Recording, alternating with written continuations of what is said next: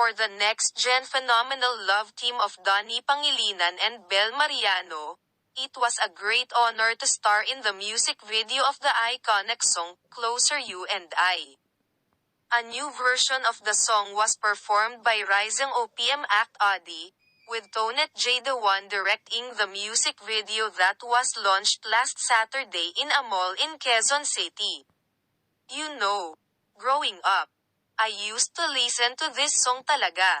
It gives you that feels na sobrang kilig, and to be able to do a music video, to be directed by Direk Tonet and sung by Audi.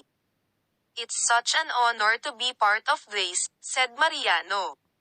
Pangilinan, for his part, was thrilled to work with Mariano in another music video. Ito maganda to kasi medyo may acting ng kaunti. And it's nice because super subtle lang. Pero sometimes the smallest things make the biggest difference. It was really nice to experience shooting it, he said.